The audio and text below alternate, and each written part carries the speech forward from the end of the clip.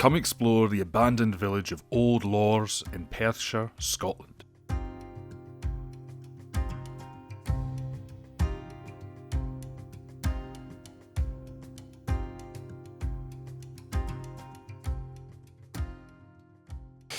Well, Molly and I are off somewhere I have never been.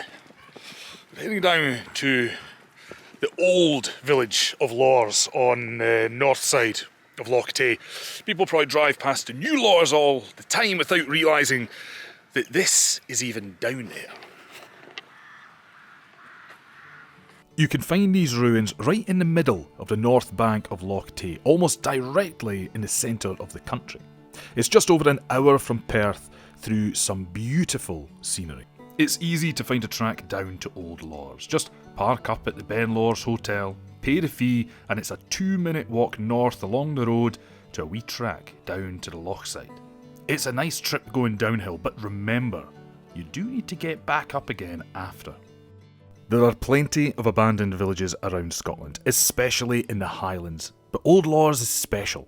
Few ruined villages are quite as complete as this, and even less have a tale this good. I think it's time for a story. Time will come when Ben Lors will be so cold it will chill and waste the land for 7 miles around. That is just one of the many prophecies made in this very village by Mary Campbell, otherwise known as the Lady of Lors.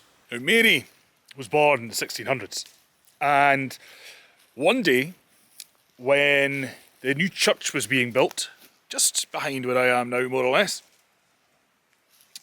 Mary said, "Oh, the ridging stones will never be fitted to the top of that church." And all the people laughed at her, because the ridging stones had literally just arrived by ferry down the loch up from Kenmore. So, load of nonsense, Mary. You're not a prophet, you're not a seer. Go back home. And then that night, there was this terrible, terrible storm. And the water rose so quickly in Loch Tay that those ridging stones were swept away into the depths of the loch. Now, I don't know what happened to them. If they're probably still there. People started to take Mary a wee bit more seriously from then on.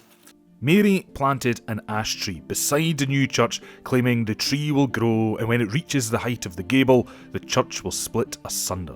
When the tree reaches the ridge of the church, the house of Balach will be without an heir. It's said that in the 1830s, when the tree reached the gable, the church roof collapsed.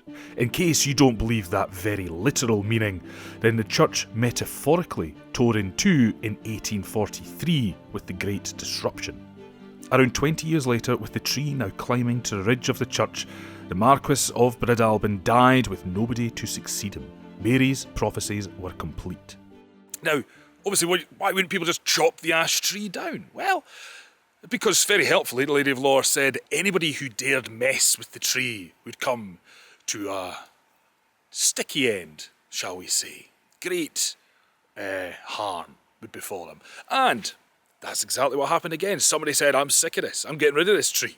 And the farmer came and he chopped the ash tree down and he dragged it away with his horse along with his servant. Now, the farmer was then gored by his own bull. The servant went mad and the horse mysteriously dropped dead. But at least that was the end of the ash tree. But there are a few ash trees around here still, possibly children of the one that Mary planted. I'm still trying to get my head around, still trying to get my head around what each building is, but I think the way that this is shaped could well be the church, the old church. Let me get inside, have a wee look. I mean, gotta watch your feet in these places. I mean, the big thing that's kind of giving me those vibes is the fact that there's no fireplaces. Big stone building, no fireplaces. Quite unusual unless it's in a church. And old churches often had this kind of, if you can see, we've got there, one side, and it sticks out there, and then it sticks out here, kind of like a T shape rather than the more traditional cross. Seeing this church firsthand gave me the chills. It was made even worse when I went inside and realised that Molly point blank refused to follow me inside the ruins. They do say dogs sense things humans can't, and the Lady of Lores supposedly haunts her old home. Anytime Molly just stands like that, it worries me a wee bit. It is said the Lady of Lores haunts her old village. Some that she's even buried beneath it. Who knows? If anybody's going to sniff out a ghost, it's going to be Molly. There are plenty of other prophecies attributed to Mary Campbell. Sadly, not many of them are very cheery. The jaw of the sheep will drive the plough from the ground, as well as the homes on Loch Tay will be so far apart that a cock will not hear its neighbour crow. It seems to be talking about the Highland clearances, where thousands of Scots were displaced to make room for sheep. The last laird will pass over Glenogle with a grey pony, leaving nothing behind. It took until 1948, but this eventually came to pass with the Countess of Breadalbane selling up Kinnell House at Killin and leaving in a carriage pulled by a grey pony. The Lady of Lores isn't quite done with us yet. There are still some prophecies left to play out. A strange heir will come to Balach when the Boar's stone at Fearnan topples over. A ship driven by smoke will sink in the loch with great loss of life. Amazingly, that didn't happen when steamships regularly traversed Loch Tay, but it is the Tay Bridge disaster, so maybe she just got the Loch and the River Tay mixed up. My personal favourite, the one I mentioned earlier, the time will come when Ben Lors will be so cold that it will chill and waste the land for 7 miles. It felt a lot like it the day I was tramping about down there, but I don't think that prophecy's come to pass just yet. I mean, the story of the Lady of Lores and her amazing prophecies aside, being in the old village of Lores, somewhere I've read about many times, I've never visited, it's pretty special. People lived here for over 750 years. The last residents left in 1926. They stayed in the big house there, the old ferrymaster's house. I think that was Pier House, which is why it's probably in the best shape out of the lot. But with no ferry anymore and nothing, there's not much to keep them down here, so they moved to the slightly easier ground up there. They fished, they farmed. There is a mill I'm going to go and walk down and see. It's one of those places that it's a very, very special place. I think I will come back here many times, and I will bring other people as well to see it, people who will appreciate it.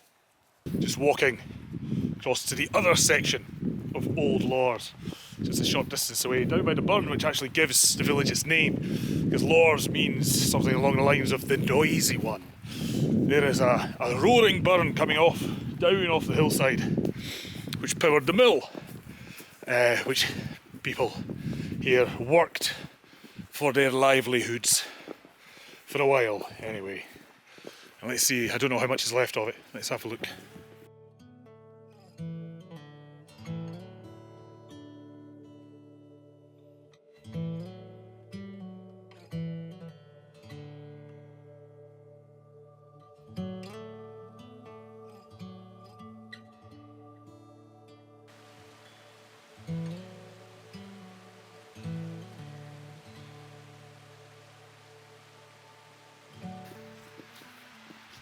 Oh, just see, that's my friend the heron. So if you can see him flying.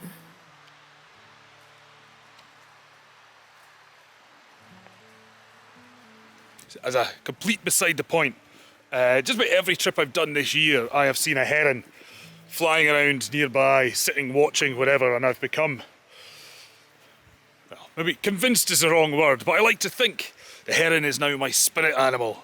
It's going around, keep me safe, keeping an eye on me, anyway. Who knows? We don't know exactly when Mary Campbell died, but for some reason we know that she didn't want to be buried in the old graveyard, just a short distance away from the rest of Old Lors. There aren't any gravestones from that period there anyway, but apparently it was her wish to be buried either beside or beneath the old church that so many of her prophecies related to. There's actually a lot more of the village down here by the river, which makes a lot of sense since, it's the river that gave Lors its name, and just about every Scottish village I know, old or modern, has a burn or a river flowing through the middle. So it makes sense that this is where Old Lors really started, but the kirk and the laird's house was away up by the ferry pier. Aside from the common people, the riffraff, whatever you want to call them. But yeah, for some reason I wasn't expecting that. But there we are. This is why you should always just go and have a bit of an explore. This place was full of life for over 750 years. The earliest reference comes from 1160. It was an important ferry stop for those travelling across Loch Tay. As life in the Scottish Highlands changed, rents increased and subsistence living was no longer an option. Many were forced to move away in search of other work, and the population of Lors steadily decreased. By the early 1900s, there were only around 20 people left, all staying in this one large two-storey building. With the increase of cars using the main road around Loch Tay, there was no need for a ferry anymore, and so no reason for them to stay. The very last residents left around 1926. The remains of Old Lors were actually purchased just a few years ago. As a scheduled monument, they wouldn't be allowed to build anything here, but after speaking to a local guy out for a walk, the other locals are a wee bit concerned about what the purchasers are planning. I don't know them and I don't know their intentions, but rest assured, nothing is going to get in the way of you following my footsteps and visiting this amazing wee place. Somewhere I highly, highly recommend. Thank you so much for watching this video about the old village of Lors and the Lady of Lors. If you enjoyed it, please give it a like, leave me a comment, subscribe to the channel for more stories, history, folklore, legends, and just interesting places around Scotland. If you subscribe, you hit the notifications button, then as far as I know, YouTube will tell you when I put up a new one. So, from Molly and I, thanks a lot, and hopefully I'll see you the next time.